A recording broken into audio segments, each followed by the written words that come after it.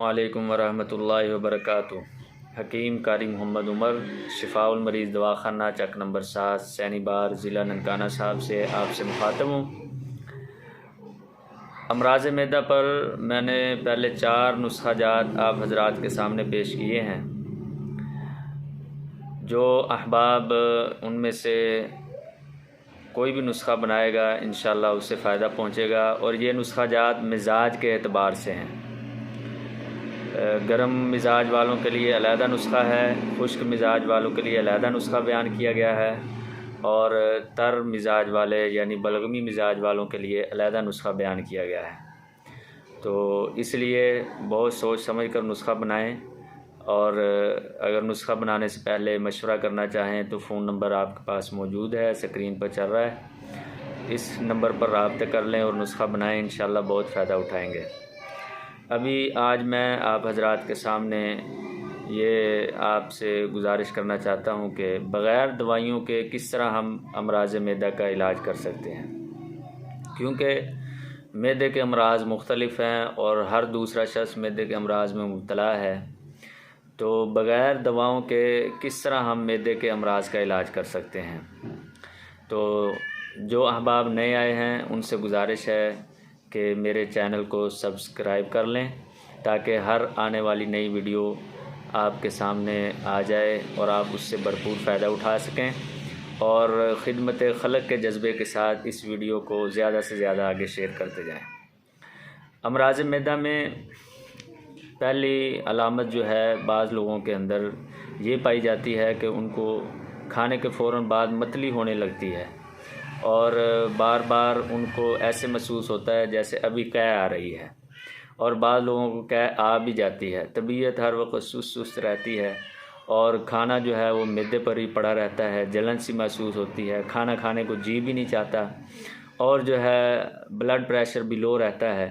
ایسے مریضوں کے لیے ایک بہت ہی بہترین قہوہ میں آپ حضرات کے سامنے پیش کرتا ہوں۔ آپ نے دار چینی کے 2 عدد دانے لے لینے ہیں، ایک 1.5 انچ کے 2 پیس لے لینے ہیں، اور 2 عدد لونگ لے لینے ہیں، اور پودینہ لے لینا ہے۔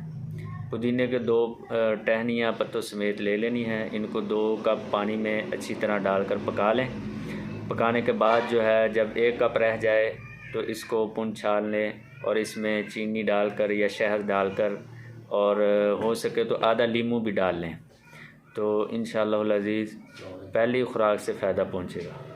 تو جن لوگوں کو بد ہضمی ہوتی ہے اور کھانے کے بعد کھٹے کھٹے ڈکار آتے ہیں اور جلن محسوس ہوتی ہے، اور کھانے کے بعد جو ہے دل بے چین سا رہتا ہے، بد ہضمی سی ہوتی ہے، کھانا ایسے محسوس ہوتا ہے جیسے اندر جا کر نا خراب ہو گیا ہو، تو بدبو سی آتی ہو، ایسے لوگوں کے لیے یہ قہوہ بہت ہی مفید ہے۔ اس میں آپ نے ادرک اور پودینہ ان دونوں کا قہوہ بنانا ہے، یا اجوائن پودینے کا قہوہ۔ یہ 2 قہوہ جات ہیں جو بد ہضمی کے لیے اور جن کے معدے سے بدبو سی محسوس ہوتی ہے ان کے لیے، اور کھانے کے بعد جو ہے کھٹے کھٹے ڈکار جو آتے ہیں جیسے کھانا خراب ہو چکا ہو تو اس سے محسوس ہوتی ہے، اس طرح کی اگر کیفیت محسوس ہو تو یہ دوسرا نمبر قہوہ استعمال کریں۔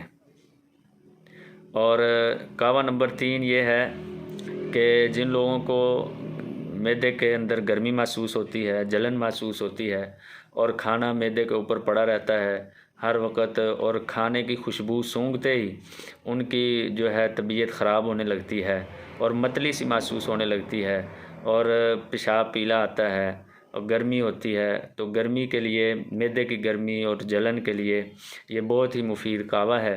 اس سے آپ بغیر دواؤں کے معدے کی گرمی کا علاج کر سکتے ہیں۔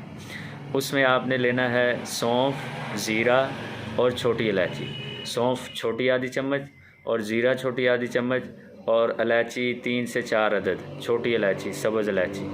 ان کو اچھی طرح پکا لے اور میٹھا ڈال کر اس کو 3-4 وقت پئیں، تو انشاءاللہ العزیز ان قہوہ جات سے امراض معدہ کا بہت اچھی طرح سے علاج کیا جا سکتا ہے۔